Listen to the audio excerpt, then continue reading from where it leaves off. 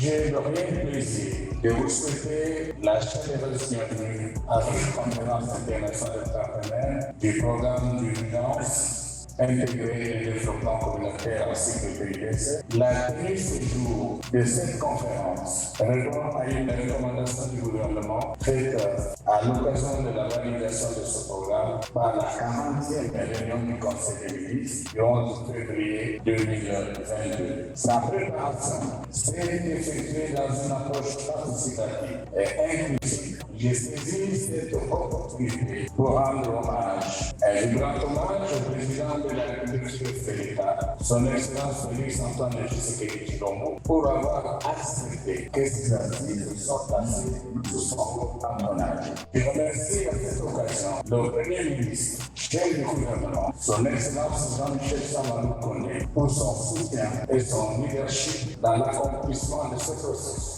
Dynamiser et moderniser la gouvernance socio-économique des entités territoriales décentralisées en République démocratique du Congo. Enjeux et perspectives pour un développement communautaire participatif est le thème de cette conférence. Au cours de ces assises, notre réflexion va être axée sur le concept de développement communautaire, qui est un processus consistant à augmenter les capacités et l'efficacité des communautés de base en vue d'améliorer leur participation effective à la gouvernance de leurs entités. Ce programme est l'émanation d'un nouveau contrat social annoncé par le chef de l'État et sa prise de fonction afin de contribuer à la réduction des inégalités sociales. L'objectif étant d'améliorer les conditions de vie des populations rurales et d'accélérer le développement de notre pays.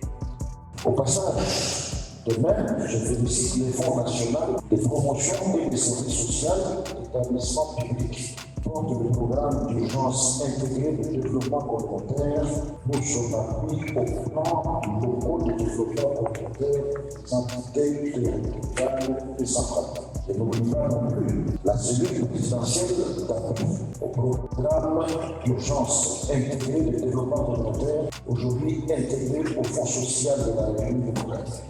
Féliciter son apport technique dans l'aboutissement de ce programme. Mesdames, Messieurs, distingués invités, en vos titres et qualités respectifs, sur ce point plein succès à ces assises et déclare ouverts les travaux de la conférence internationale de partenaires du programme d'urgence intégré au développement communautaire pour affiner les plans locaux de développement communautaire entités territoriales décentralisées. Au nom de son Excellence, Monsieur le Premier ministre du Gouvernement, je vous remercie.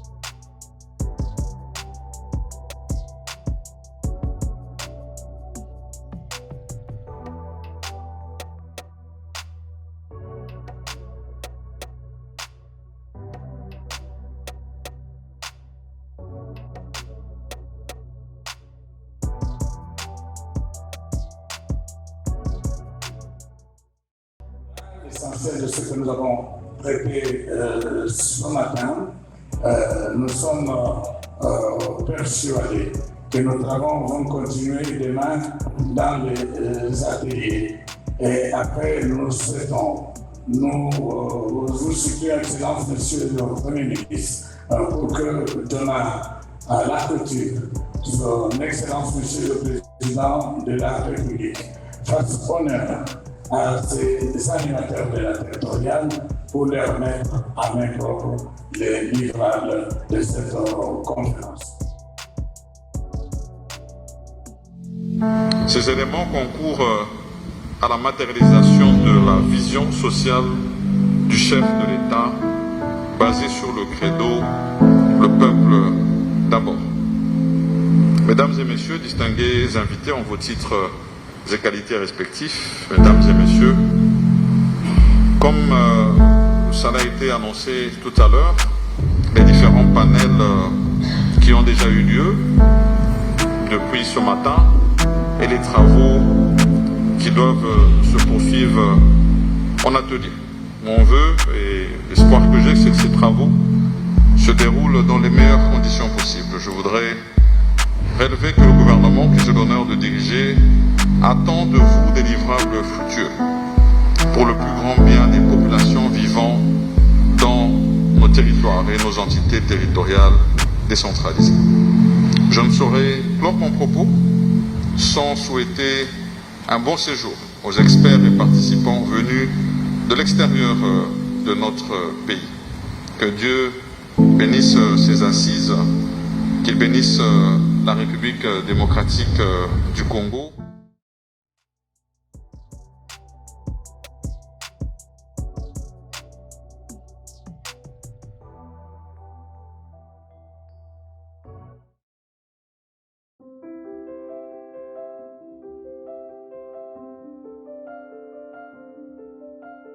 Sur des échanges interactifs et fructueux, les panélistes et les participants ont formulé les recommandations ci-après. Élaborer un recueil des accords de coopération, mettre à la disposition des ZTD les accords de coopération signés, vulgariser les accords signés au niveau des ZTD, bancariser les ZTD, prendre en charge les animateurs des ZTD, renforcer les capacités des responsables des ZTD, équiper et installer les services du ministère du Plan au niveau des ZTD, accompagner les ZTD dans toutes les provinces dans la mise en place des plans locaux de développement communautaire, effectuer un état des lieux en procédant à l'évaluation globale de la perception des recettes des ZTD, 40% des recettes d'intérêt commun et taxes, organiser régulièrement l'émission de collecte de données pour l'élaboration de la loi de consolidation, renseignant notamment l'enveloppe perçue au titre de 40% et le nombre de ZTD bénéficiaires par équiper les ZTD en matériel informatique et déployer la chaîne de la dépense en province et dans les ZTD pour assurer la transparence dans l'exécution de la dépense publique et faciliter la concertation. Renforcer les capacités des animateurs des ZTD sur le processus d'élaboration, d'exécution et de contrôle budgétaire. Assurer la participation citoyenne au niveau des ZTD. Implanter le cadre régulateur national des crédits carbone dans toutes les provinces. Et toutes les autres recommandations qui ont été formulées vont être mises à votre étude. Il y aura aussi une recommandation concernant la mise en place d'un data center pour avoir un dispositif de monitoring, de suivi de tous les accords et de leur implémentation au niveau des organismes bénéficiaires. Selon, voici en quelques mots les recommandations et les rapports finaux de la. Nous avons parlé de modèles, notamment un modèle d'agro-business pour les jeunes au sein des entités territoriales décentralisées qui est en cours de finalisation dans 2 ZTD. J'aurais bien voulu que les autorités aient la vue sur cette petite vidéo.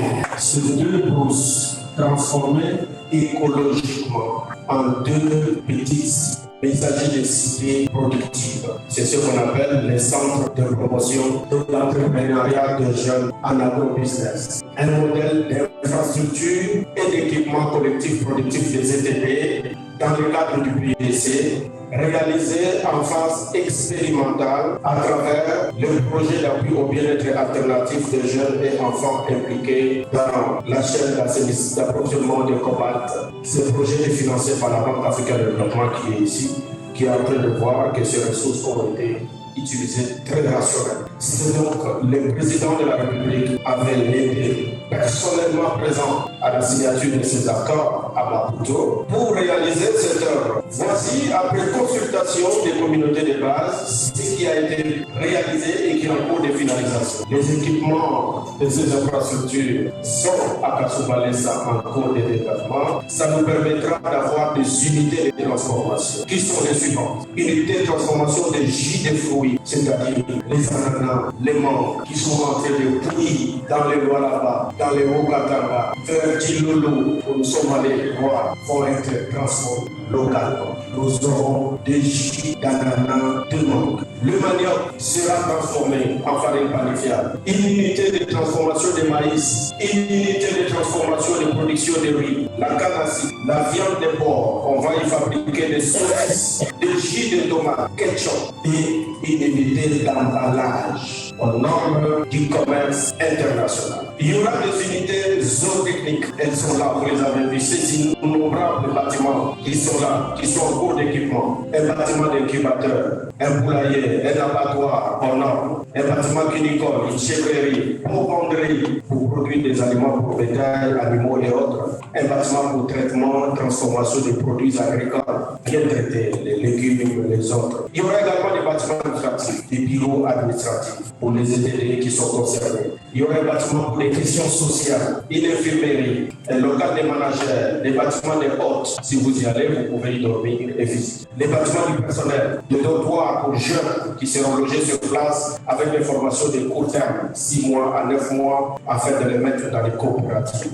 Il y aura des réfectoires, il y aura une vidéothèque, il y a de la technologie là-bas. Vous avez vu la lumière, l'énergie s'y trouve. Il y a des hangars ou des logistiques. On a également pensé au capital humain. Il y aura une école pour chaque centre, un centre de santé, des marchés de proximité. Vous nous avez vu avec les autorités coutumières qui sont les tout premiers bénéficiaires. Vous avez vu le gouverneur de province, Madame Fifi Massouka est là, elle a été avec nous à Lualaba. Ça, c'est un modèle type, réaliste, pragmatique d'une infrastructure et équipement collectif, productif des ETD appuyés par le programme d'urgence intégré de développement communautaire et réalisé dans le cadre du Pavé-Atoba. Si nous arrivons dans chaque entité territoriale décentralisée, ne serait-ce qu'avoir ce type d'infrastructure pour la promotion de l'entrepreneuriat de jeunes qui permet à ce que nos produits soient transformés localement, emballés localement et vendus, nous allons booster le développement à partir des entités territoriales décentralisées. Je vous remercie.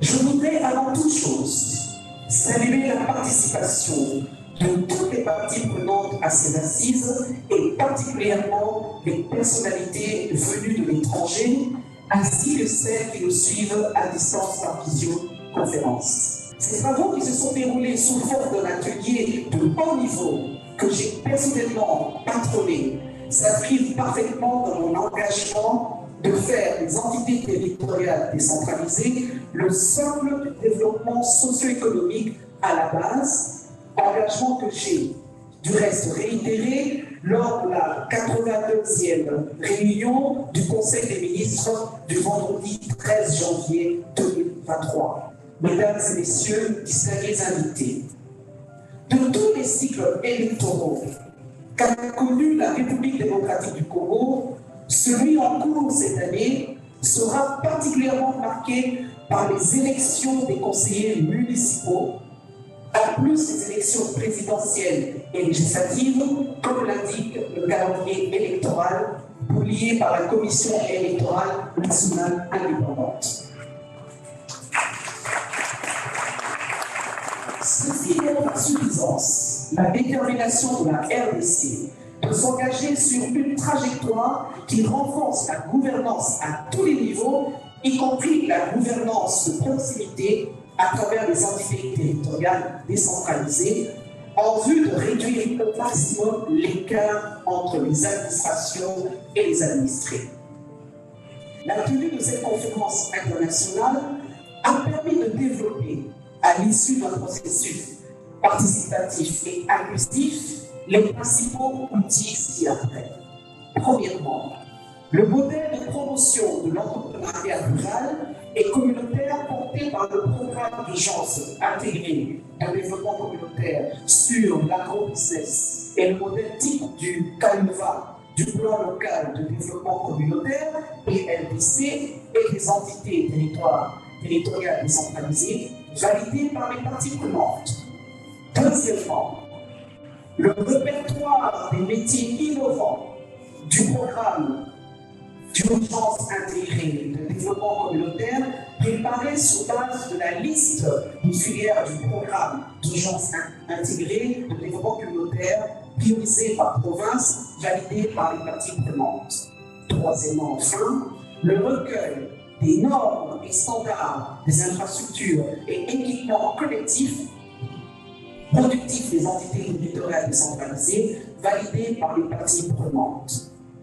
J'ai noté la nécessité pour la RDC de ratifier la charte africaine sur des valeurs et des principes de décentralisation, de la gouvernance locale et du développement local. J'ai aussi noté la nécessité de mettre en place un dispositif de data center pour assurer le monitoring, donc le suivi des engagements contenus dans les accords et conventions signés relatifs à la promotion des EDD et le suivi de leur mise en œuvre. Cette action est aussi urgente et va contribuer à promouvoir les relations de coopération entre notre pays et les autres pays amis à la promotion des opportunités d'emploi et d'affaires pour nos compatriotes tant de la diaspora que ceux du Congo profond vivant au niveau des EDD.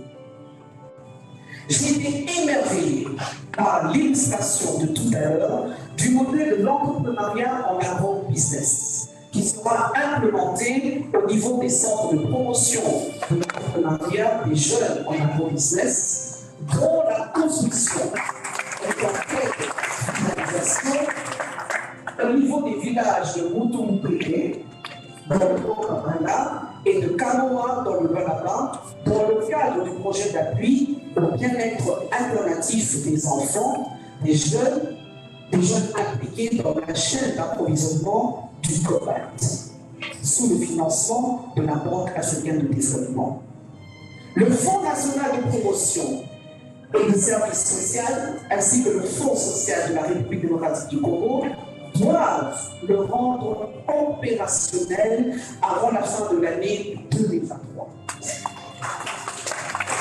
Et le promouvoir comme modèle de référence pour l'agro-business en faveur des jeunes et des femmes au sein des études.